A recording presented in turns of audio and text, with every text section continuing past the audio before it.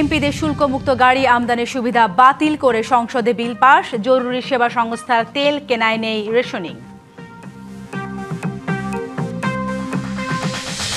প্রকল্প বাস্তবায়নে দীর্ঘসূত্রতা কেন হয় তা জানতে চান প্রধানমন্ত্রী। কারণ অনুসন্ধানের পাশাপাশি ব্যয় সংকোচনের নির্দেশ। আগস্ট থেকেই রূপপুর পারমাণবিক বিদ্যুৎ কেন্দ্রের সুফল মিলবে। পরীক্ষামূলকভাবে জাতীয় গ্রিডে যুক্ত হবে ৩০০ মেগাওয়াট। হাম ও উপসর্গে আরও ৮ শিশুর মৃত্যু। সুস্থ হয়ে ফেরার পর নানা জটিলতা নিয়ে আবারও হাসপাতালে আসতে হচ্ছে শিশুদের। সাগর রুনি হত্যার তদন্ত প্রতিবেদন জমা দিতে আরও ৬ মাস সময় দিল হাইকোর্ট। প্রাথমিক আলামত পাচ্ছে না টাস্ক ফোর্স।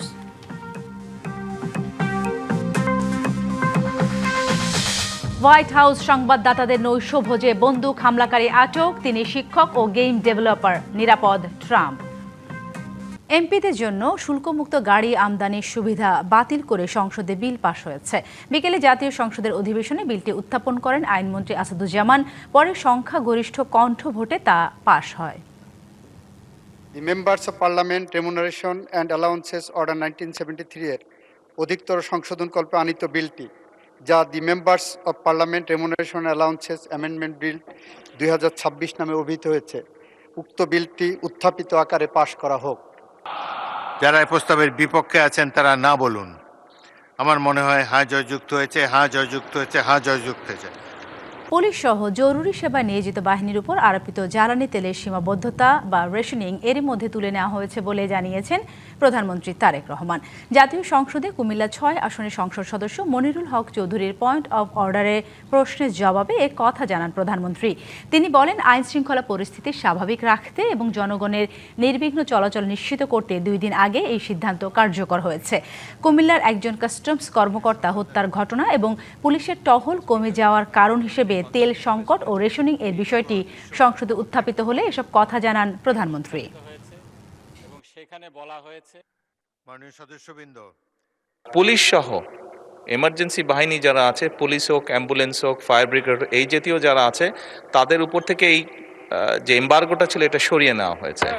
2 দিন আগে এই সিদ্ধান্তটি আমরা গ্রহণ করেছি, 2 দিন আগে এটি ক্লিয়ার করে দেওয়া হয়েছে। কাজে আশা করি ইনশাল্লাহ এই সমস্যা আর হওয়ার কথা না। প্রকল্প বাস্তবায়নে দীর্ঘসূত্রতা কেন হয় তা জানতে চেয়েছেন প্রধানমন্ত্রী। এর কারণ অনুসন্ধানের পাশাপাশি ব্যয় সংকোচনের নির্দেশ দিয়েছেন তিনি।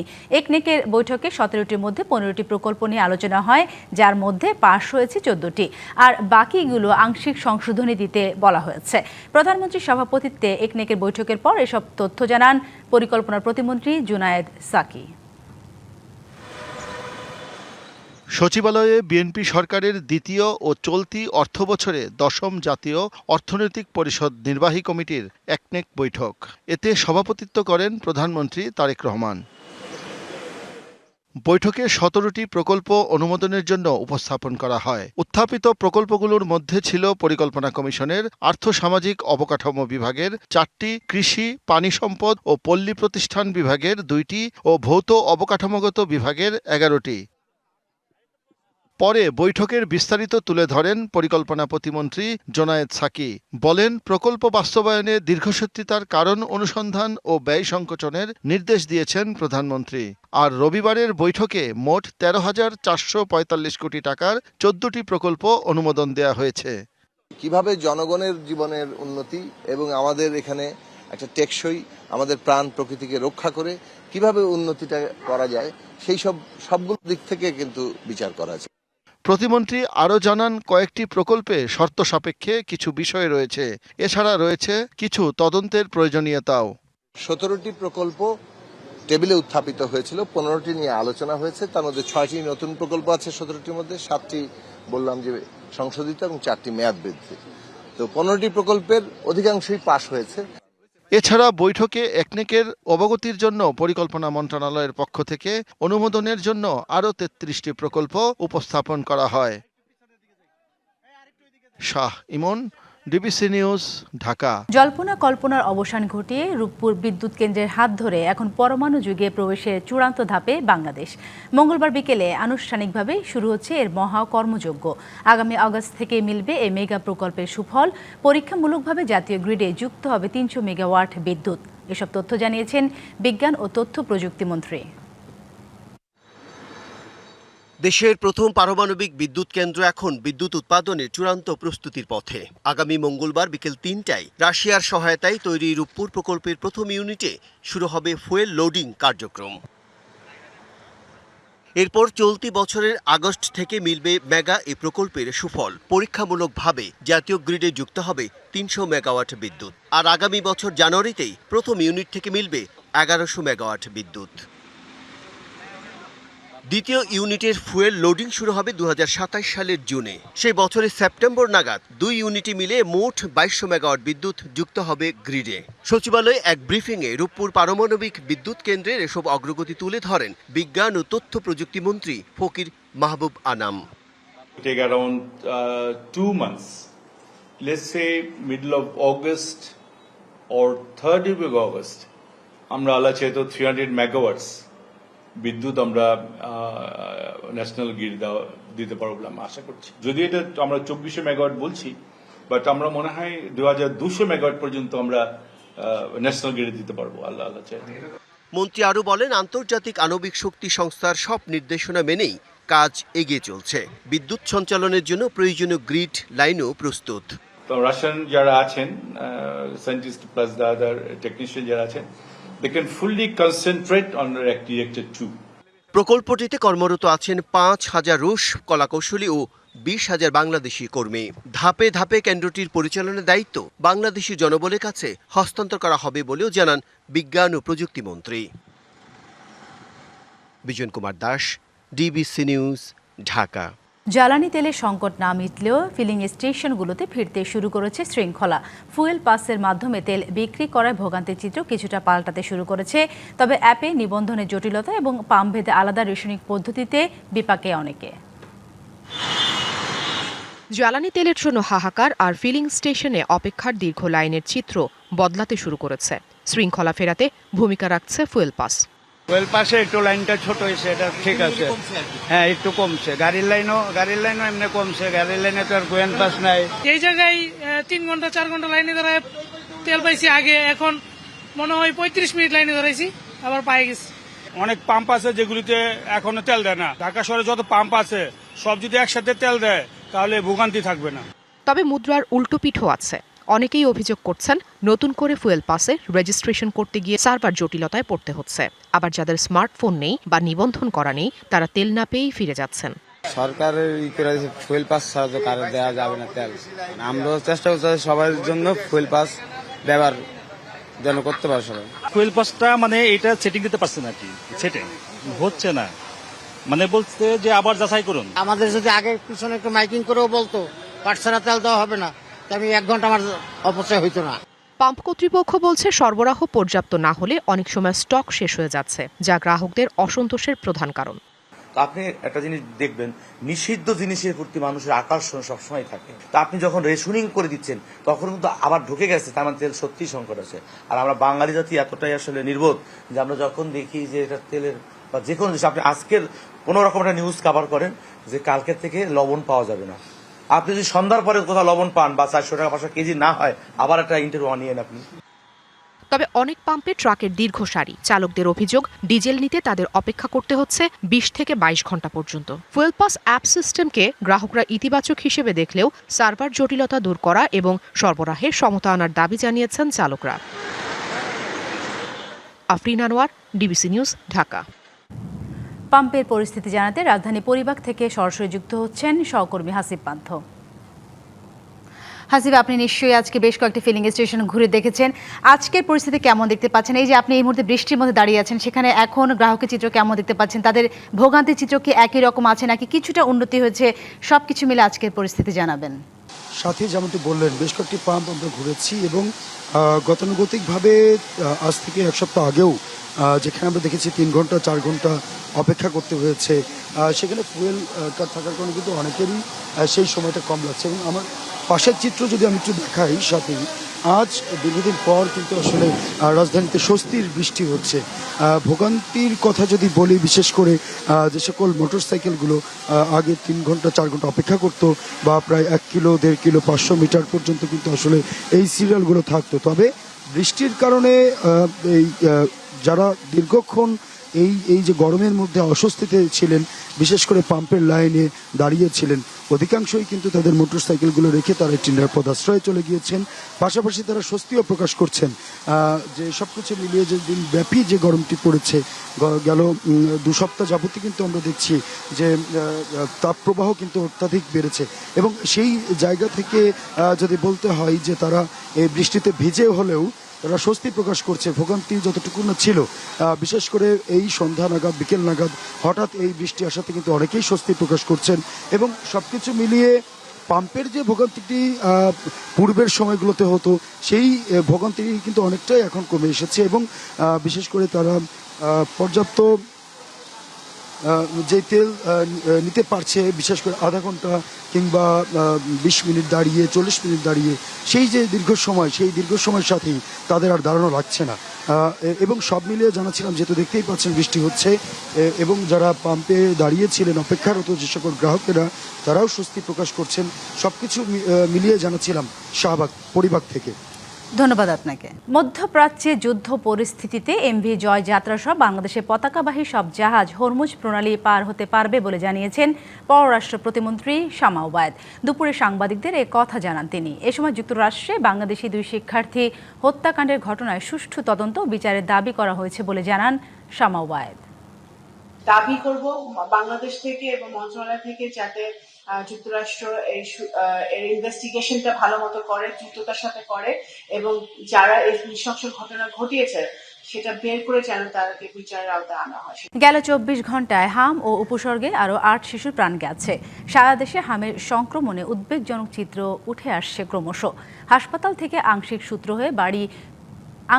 সুস্থ হয়ে বাড়ি ফেরার কয়েকদিন পরই শিশুদের অসুস্থ হয়ে আবারও হাসপাতালে ভর্তি হতে হচ্ছে। চিকিৎসকদের মতে পূর্ণ সুস্থ হওয়ার আগেই হাসপাতাল ত্যাগ এবং পরবর্তীতে সঠিক যত্নের অভাবে নিউমোনিয়া, ডায়রিয়া ও পুষ্টিহীনতার মতো জটিলতা বাড়ছে। 7 মাস বয়সের সোহান 2 মাস বয়সে হামে আক্রান্ত হবার পর আবার নতুন করে হামে আক্রান্ত হয়েছে। সোহানের মতো 6 মাসের ইহানের 20 দিন আগে হাম হয়েছিল। সুস্থ হয়ে বাড়ি ফেরার পর আবার আক্রান্ত হয়েছে সে।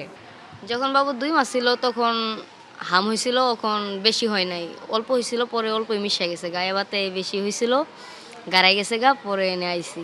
প্রথমে 20 দিন আগে হয়েছিল, বাসায় 20 দিন শিশু হাসপাতাল ভর্তি ছিলাম, তো বাসায় গেলাম, 10 দিন ভালোই রেস্টে ছিল, পরে আবার হঠাৎ করে জ্বর বেড়ে গেছে, জ্বরের থেকে আবার হাম শুরু হয়েছে। সারা দেশে হামের প্রাদুর্ভাবে এমন অনেক শিশুই বারে বারে হামে আক্রান্ত হচ্ছে। স্বাস্থ্য অধিদপ্তরের তথ্য বলছে, গত 40 দিনে হামের উপসর্গ নিয়ে শিশু মৃত্যু 250 ছাড়িয়েছে। চিকিৎসকরা বলছেন, প্রথমবার সুস্থ হবার পর সঠিক যত্ন না নিলে শিশু আবারও হামে আক্রান্ত হতে পারে। আসলে অপুষ্টির জন্য এই জিনিসটা বারবার হচ্ছে। দেখা যায় যে খুব খারাপ থাকে না, হয়তো সর্দি কাশি জ্বরটা থাকে, মায়েরা একটু অস্থির হয়ে যায়, সে সময়টা ওরা হাসপাতালে আবার নিয়ে আসে। মুখের ভিতরে যখন ঘাওটা বেশি হয় তখন বাচ্চা খেতে পারে না, ওই যেটুকু খায় ঠিকমতো হজম হয় না, তখন তার আর কি নিউমোনিয়ার সাথে ডায়রিয়াটা ডেভেলপ করে। বিশেষজ্ঞদের মতে, শরীরে রোগ প্রতিরোধ ক্ষমতা কম থাকলে দ্বিতীয়বার হামে আক্রান্ত হতে পারে শিশু, তবে এতে ভয়ের কিছু নেই। একবার হাম হওয়ার পরে সাধারণত শিশুর শরীরে জীবনব্যাপী হামের বিরুদ্ধে প্রতিরোধ ক্ষমতা তৈরি হয়, কিন্তু কোনো কোনো রোগীর ক্ষেত্রে এটি হয় না, নানা কারণে, তার শরীরের অভ্যন্তরীণ কারণে। যাদের শরীরে এই প্রতিরোধ ক্ষমতা তৈরি না হয় তারাই কিন্তু দ্বিতীয়বার হামে আক্রান্ত হওয়ার ঝুঁকিতে থাকে। এর জন্য কিন্তু আটকে ওঠার বা ভীত হওয়ার কোনো কারণ নেই। সঠিক চিকিৎসা গ্রহণ করলে এই জায়গা থেকে আমরা বেরিয়ে আসতে পারব। এজন্যই হাম আক্রান্ত রোগীদের ভিটামিন এ ক্যাপসুল দেওয়া জরুরি বলে মনে করেন তিনি। তাহসিনা জেসি, ডিবিসি নিউজ, ঢাকা। সাংবাদিক দম্পতি সাগর সরোয়ার ও মেহরুন নুরি হত্যা মামলার পূর্ণাঙ্গ তদন্ত প্রতিবেদন জমা দিতে আরও 6 মাস সময় দিয়েছে হাইকোর্ট। তবে টাস্কফোর্স হত্যার কোনো প্রাথমিক আলামত পাচ্ছে না বলে দাবি অ্যাটর্নি জেনারেলের। আর প্রতিবেদন জমা না দিতে পারলে তদন্তে জড়িতদের বিরুদ্ধে বিভাগীয় ব্যবস্থা নেওয়ার আবেদন করার কথা জানান রিটকারী আইনজীবী। সাংবাদিক দম্পতি সাগররুনি হত্যা মামলায় বারবার পূর্ণাঙ্গ প্রতিবেদন দিতে ব্যর্থ হচ্ছে তদন্তকারীরা। হাইকোর্টের আদেশে গঠিত উচ্চ পর্যায়ের টাস্কফোর্সকে 2 বার 6 মাস করে সময় দিলেও ব্যর্থ হয় তারা। রবিবারও এই মামলায় অগ্রগতি প্রতিবেদন জমা দেয় টাস্কফোর্স। অ্যাটর্নি জেনারেল জানান, হত্যার প্রাথমিক কোনো নথি উদ্ধার করতে পারেনি কমিটি। ওই সময় যারা প্রাথমিকভাবে তদন্তের দায়িত্বে ছিলেন, যারা তথ্য প্রমাণ নিয়েছেন কিংবা অনেক সাক্ষীকে জিজ্ঞাসাবাদ করেছেন কিংবা সাক্ষীর বাইরেও আসামিদের গ্রেপ্তার করেছেন, তাদের কাছ থেকে যে সমস্ত তথ্য পেয়েছেন তার কোনো নিয়মতান্ত্রিক হস্তান্তর বর্তমান টাস্কফোর্সের উপরে হচ্ছে না এবং তারা সেই সমস্ত তথ্যের ক্ষেত্রে তারা কোনো অ্যাক্সেস পাচ্ছেন না। এটা হচ্ছে মূল বাধা। এই হত্যা মামলায় গ্রেপ্তার হয়ে জেলে আছেন 7 জন। তবে এত বছর পরেও তদন্ত প্রতিবেদন জমা না হওয়া অগ্রহণযোগ্য বলে মন্তব্য করেছেন রিটকারীর আইনজীবী। আজ প্রায় 14 বছর হয়ে গেল, তার কোনো রহস্য আমাদের দেশের আইন শৃঙ্খলা বাহিনী উদ্ঘাটন করতে পারছে না। কেন তাদেরকে হত্যা করা হলো? দাম্পত্য কলহ বলছেন না, ব্যবসায়িক দ্বন্দ্ব বলছেন না, পেশাজীবী কোনো কাজ বলছেন না, জমি জমার কোনো বিষয় বলছেন না, তাহলে কি? So this is surprising for all of us যে এই ধরনের ঘটনা এই দেশে ঘটবে, কিন্তু শেষ পর্যন্ত সকলেই ব্যর্থতার পরিচয় দিবে। আলোচিত এই মামলায় তদন্ত শেষ করতে বর্তমান সরকার আন্তরিক বলেও জানান অ্যাটর্নি জেনারেল। দোষী ব্যক্তিরা যেমন সাজা পাবে সেটি যেমন চাই, নিরপরাধ ব্যক্তিরা যেন কোনো অন্যায় শিকার না হয় সেটাও আমরা চাই। সুতরাং আমাদের চাওয়াটা অত্যন্ত স্পষ্ট। নাজমুল হুদা, ডিবিসি নিউজ, ঢাকা। অনেক ত্যাগের বিনিময়ে অর্জিত বাংলাদেশকে ভুলিয়ে দেওয়ার চেষ্টা চলছে বলে অভিযোগ করেছেন বিএনপি সিনিয়র যুগ্ম মহাসচিব রুহুল কবির রিজভী। বলেন, স্বাধীনতার সার্বভৌমত্ব ও গণতন্ত্র রক্ষায় সবাইকে এগিয়ে আসতে হবে। শহীদ রাষ্ট্রপতি জিয়াউর রহমানের সমাধিতে শ্রদ্ধা নিবেদন করে এই আহ্বান জানান তিনি। বিরোধী দলের প্রতি ইঙ্গিত করে তিনি বলেন, আন্দোলনে হুমকি নয়, আলোচনার মাধ্যমে গণভোট ইস্যুটির সমাধান করতে হবে। জ্বালানি সংকট প্রসঙ্গে তিনি বলেন, এটি বৈশ্বিক সংকট।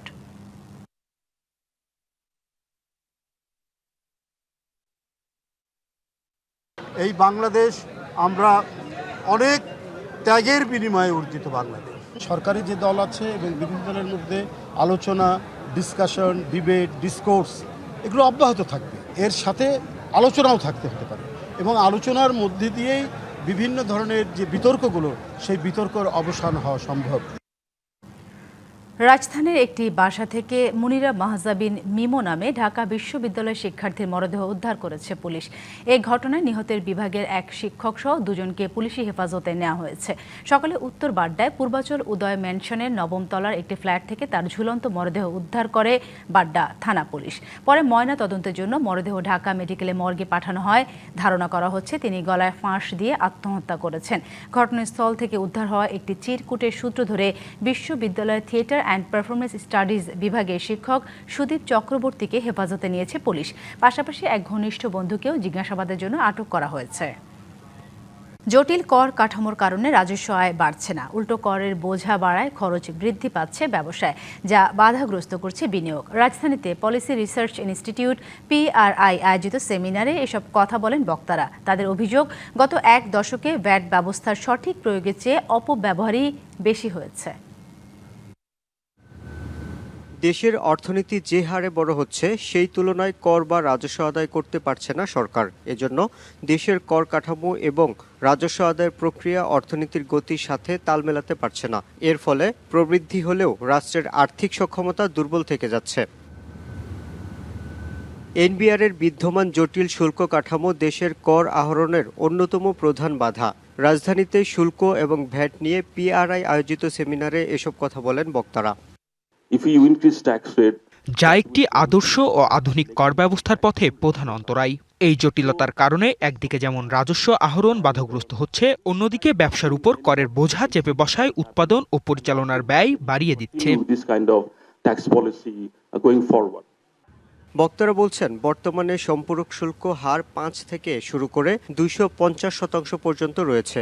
বিলাসদ্রব্য ও অস্বাস্থ্যকর পণ্যের ব্যবহার কমানোর লক্ষ্য থাকলেও কর কাঠামোর এই উচ্চ হার অনেক ক্ষেত্রে রাজস্ব বাড়ানোর বদলে হিতে বিপরীত হচ্ছে। Rationalization requires যে beverage industry, অন্যান্য I can understand the demerit goods, alcohol, তারপরে আছে অটোমোবাইল, গাড়ির উপরে মানে এমন ভাবে ডিউটি দেওয়া আছে, সাপ্লিমেন্টারি বলা হয় যে রেভিনিউর জন্য করা হচ্ছে। আচ্ছা, গাড়ির ব্যাপারে এটা রেভিনিউ হতে পারে, কিন্তু অন্যান্য যেসব পণ্য আছে, বিশেষ করে consumer goods, all consumer goods produced in Bangladesh is subject to the highest custom duty. চলতি অর্থবছরের প্রথম 9 মাসে এনবিআর এর রাজস্ব ঘাটতি দাঁড়িয়েছে প্রায় 1 লাখ কোটি টাকা। অর্থবছরের বাকি মাত্র 3 মাসে এই বিশাল ঘাটতি পূরণ করা সম্ভব নয় বলে মনে করেন অনেকে। Compare the tax ratio of other countries. রাজস্ব আহরণ কাঙ্ক্ষিত পর্যায়ে নিতে হলে কেবল লক্ষ্যমাত্রা নির্ধারণ নয়, বরং প্রয়োজন দীর্ঘমেয়াদী নীতিগত সিদ্ধান্ত। বিশেষজ্ঞরা বলছেন, বিদ্যমান জটিলতা নিরসন এবং করের আওতা বাড়াতে কাঠামোগত সংস্কারের কোনো বিকল্প নেই। I think this we should do. একই সাথে ঢালাওভাবে কর নির্ধারণ না করে পণ্যের গুণগত মানের উপর ভিত্তি করে শুল্ক আরোপ করার তাগিদ দেন বক্তারা। Yusuf Rana, DBC news, Dhaka. কয়েকদিনে তীব্র গরমের পর স্বস্তি বৃষ্টির দেখা পেল রাজধানীবাসী। এতে গরম কিছুটা কমবে বলে ধারণা করা হচ্ছে। সকাল থেকে রাজধানীর আকাশ ছিল মেঘলা। দুপুরের দিকে কিছু এলাকায় ফোঁটা ফোঁটা বৃষ্টি পড়লে তা বেশিক্ষণ স্থায়ী হয়নি। বিকেল 4টার পর বিভিন্ন এলাকায় আবারও শুরু হয় বৃষ্টি, সঙ্গে দমকা বাতাস। আকাশে ঘন মেঘ জমায়, বিকেলে নেমে আসে রাতের মতো অন্ধকার। দীর্ঘ তাপপ্রবাহের পর স্বস্তির পরশ পেল রাজধানীবাসী। কমে এসেছে তাপমাত্রা। আবহাওয়া অফিস জানিয়েছে, পরবর্তী 48 ঘন্টার মধ্যে রংপুর, রাজশাহী, ময়মনসিংহ, ঢাকা ও সিলেট বিভাগের ওপর দিয়ে ঘন্টায় 60 থেকে 80 কিলোমিটার বা এর চেয়েও বেশি বেগে ঝোড়ো হাওয়া সহ কালবৈশাখী বয়ে যেতে পারে। এ সময় বজ্রপাত ও শিলাবৃষ্টি হতে পারে। আগ্রাসী লোভের পেটে দিন দিন উজাড় হচ্ছে গাজীপুরে সংরক্ষিত বনভূমি। 66,000 একরের মধ্যে বন খেকোদের দখলে চলে গেছে 7,000 একরের বেশি। অনুসন্ধানে দেখা গেছে, বন উজাড় করে শতাধিক শিল্প কারখানা, রিসোর্ট ও ছোট ছোট স্থাপনা নির্মাণ করেছে প্রভাবশালী চক্র। বছরের পর বছর ধরে বন কর্মকর্তাদের ম্যানেজ করে এই দখল বাণিজ্য চলছে বলে অভিযোগ রয়েছে। মামলার দোহাই দিয়ে নিশ্চুপ খোদ বন বিভাগ। ফরেস্টাররা এসে মানে গরু উঠাইতে দেয় না, টাকা পয়সা দিলে তাইলে গরু উঠাইতে দেবে। আব্বু মারা গেছে, আমি যদি এটা কিছু বলি, আমার যদি কোনো কথা রঙ, আমি পারিপার্শ্বিক চাপে পড়বো ভাই। গাজীপুর, যেখানে সংরক্ষিত বনাঞ্চলই রয়েছে 66,000 একর। কাগজে কলমে এই বনভূমি সংরক্ষিত উল্লেখ থাকলেও বাস্তবে 7,000 একরের বেশি প্রভাবশালীদের দখলে। বন উজাড় করে এখানে নির্মাণ করা হয়েছে ছোট বড় শিল্প কারখানা ও রিসোর্ট, রয়েছে বসতবাড়ি সহ নানা স্থাপনা, যার মধ্যে অন্যতম কালিয়াকৈরের প্রায় 20 একরের এই জমি। সামনে গেলেই চোখে পড়ে কাকলি চৌধুরী নামে এক নারীর মালিকানা সাইনবোর্ড। এর একপাশে বসতি বানিয়ে দীর্ঘ বছর ধরে বসবাস করছে 10-12টি পরিবার। ঢাকা টাঙ্গাইল মহাসড়কের একদম গাঘেসা কালিয়াকৈর বারৈপাড়া বিট অফিসের পাশেই 20 একরের একটি জায়গা, যেখানে মালিকানা সাইনবোর্ড উঠেছে টিনের প্রাচীর। অথচ এই জায়গাটি বন বিভাগের, যেন বনের কর্মকর্তারা দেখেও না দেখার ভান করছে। আমার এমনি বয়স কম, আমার আব্বু মারা গেছে। আচ্ছা, এখন আমি যদি এটা কিছু বলি, আমার যদি কোনো কথা রঙ, আমি পারিপার্শ্বিক চাপে পড়বো ভাই। সাইনবোর্ড তো দেখি যে কাকলি চৌধুরী কিনছে, এখন আমরা শুনছি যে কিনছে, এখন পর্যন্ত দলিল মূল্য কিছু দেখি নাই, মানে মুখের কথাই আর কি সবাই বলতেছে। 10টা 12টা ঘর আছে। আমার বিয়ে হয়েছে প্রায় 11 বছর ধরে, 11 বছর ধরে থাকে। এর একটু সামনেই বনের বিট অফিস, যাদের দায়িত্ব বন রক্ষা করা। সেই কর্মকর্তারা যেন কুম্ভকর্ণের ঘুমে।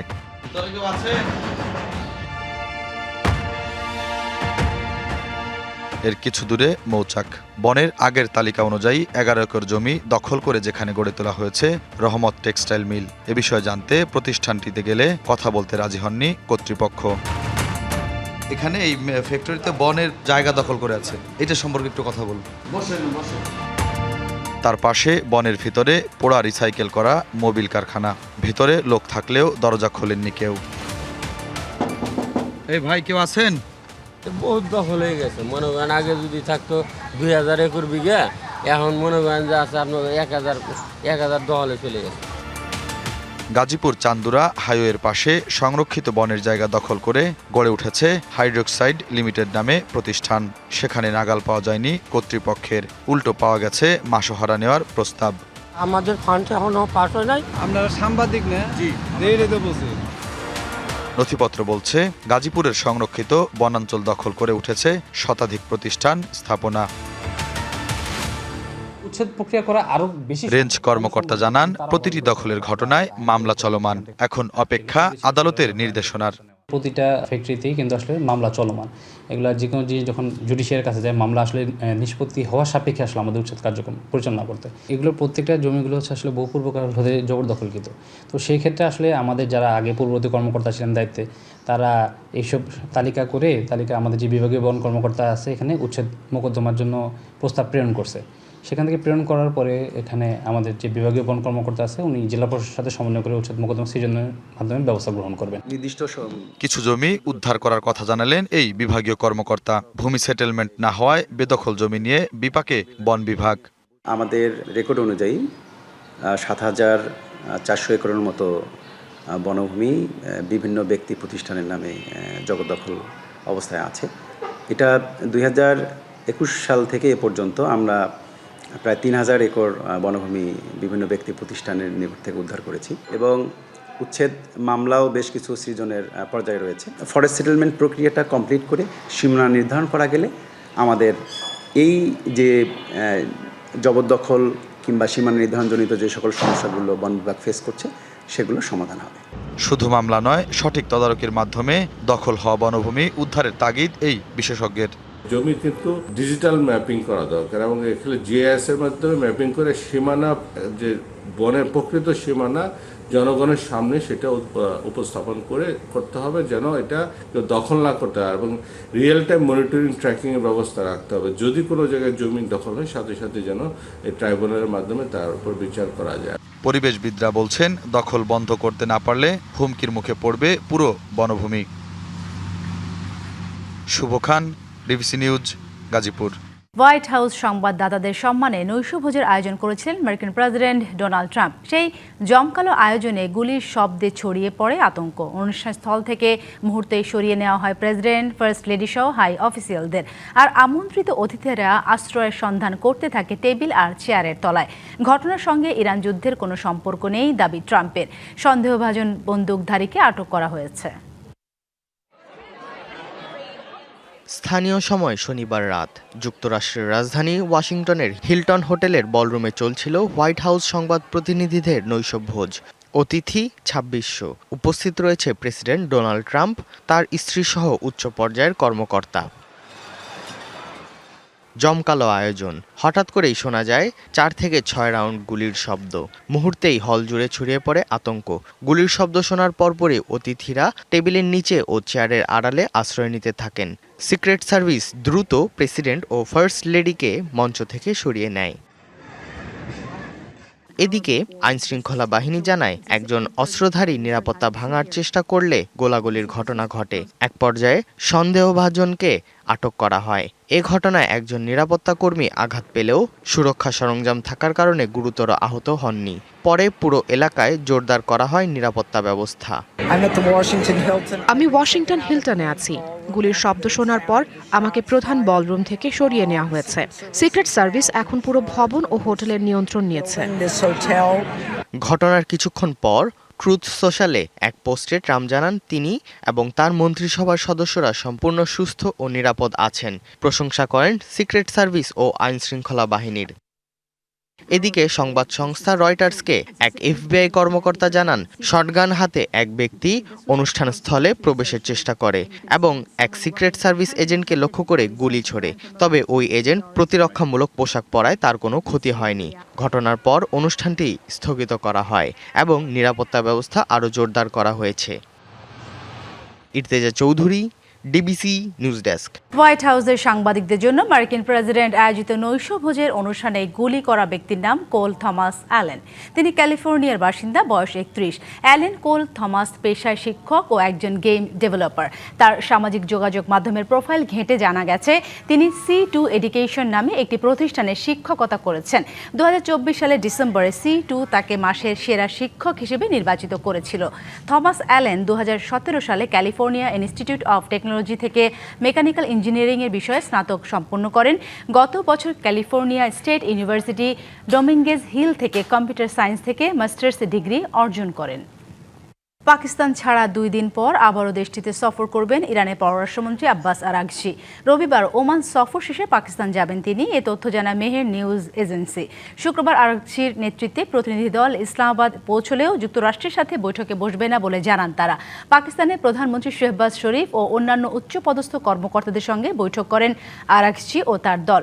আলোচনায় অগ্রগতি না হয় মার্কিন প্রতিনিধি দল পাকিস্তানে পৌঁছানোর আগে দেশটি ত্যাগ করে ইরানের। রবিবার সন্ধ্যায় আবারও ইসলামাবাদে যাবেন আরাগচি। আন্তর্জাতিক বাজারে একসাথে 15টি নতুন মডেলের ফ্রিজ আনলো ওয়ালটন, যা স্মার্ট ও গ্লোবাল ফ্রিজিং সলিউশনে নতুন অধ্যায়ের সূচনা করেছে। শনিবার বিকেলে রাজধানীর ওয়ালটন কর্পোরেট অফিসে আয়োজিত অনুষ্ঠানে নতুন মডেলে এসব পণ্য ভোক্তাদের সামনে হাজির করা হয়। এ সময় জানানো হয়, স্থানীয় বাজারে একক আধিপত্য বজায় রাখার পাশাপাশি ওয়ালটন বিশ্বের 55টির বেশি দেশে ব্যবসা সম্প্রসারণ করেছে। প্রতিষ্ঠানটির শীর্ষ কর্মকর্তারা জানান, শিগগিরই বিশ্বের 100-এরও বেশি দেশে বাংলাদেশে এ ব্র্যান্ডের পণ্য নিয়ে গ্লোবাল ইলেকট্রনিক ব্র্যান্ডে পরিণত হতে চায় ওয়ালটন। চট্টগ্রামে টি-20 সিরিজ সামনে রেখে অনুশীলন করেছে বাংলাদেশ। প্রথম টি-20তে জিতে নির্ভর থাকতে চাইবে লিটন দাসের দল। প্রায় 5 মাস পর আবারও শর্টার ফরম্যাটের ক্রিকেটে মাঠে নামবে টাইগাররা। ব্যাটিং সহায়ক উইকেট হওয়ায় ম্যাচের দায়িত্ব নিতে হবে ব্যাটারদের। টপ অর্ডারে তানজিদ তামিম, সাইফ হাসান, পারভেজ ইমনদের পারফরমেন্স করার বিকল্প নেই। প্রথম টি-20 ম্যাচের আগে নেটে নিজেদের ঝালিয়ে নিয়েছেন টপ অর্ডার ব্যাটাররা। স্পিন বিভাগে স্বাগতিকদের ভরসার নাম রিশাদ হোসেন। পাশাপাশি নাসুম শেখ, মাহাদি ও মেহেদি মিরাজকে সামলাতে হবে 22 গজ। এ ম্যাচে অভিষেকের অপেক্ষায় পেস অলরাউন্ডার আব্দুল গাফফার সাকলাইন ও রিপন মণ্ডল। সংবাদ এই ছিল এখনকার মতো। ডিবিসি নিউজের সংবাদগুলো পড়তে ভিজিট করুন dbcnews.tv আর ভিজিট করুন ডিবিসির ফেসবুক পেজ এবং ইউটিউব চ্যানেল। ডিবিসির সঙ্গেই থাকুন।